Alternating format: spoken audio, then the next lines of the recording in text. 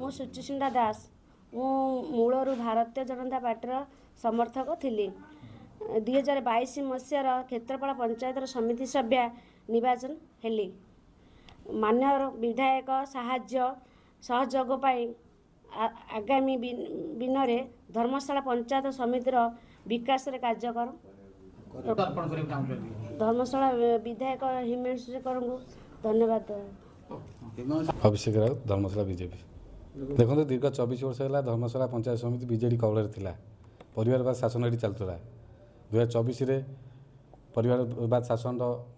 अंतर मूलदुआ घटी आज ता धर्मशाला पूरा मूलपोत हो जाए। आज गोटे साधारण गृहिणी आज आम पंचायत समिति अध्यक्ष होती जहाँ आज आम माननीय विधायक हिमांशु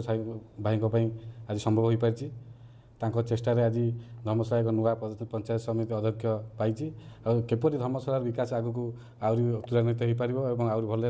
धर्मशाला विकास कार्य हो पार से अध्यक्ष और विधायक सहयोग आग को बढ़िया निर्द्वंद भाव में इलेक्शन है ये कई नहांती आउे धर्मशाला बीजेडी शून्य हो जाए ये कई नहांती जे कि आसी कंटेस्ट करके आम सहित लड़ देखु 2022 सी बीजेपी समर्थित समस्या होते एवं सी निहाती भाव विधायक चिंताधारा जड़े महिला एवं गोटे गृहिणी जोड़ा साधारण लोक सहित विधायक सब अच्छा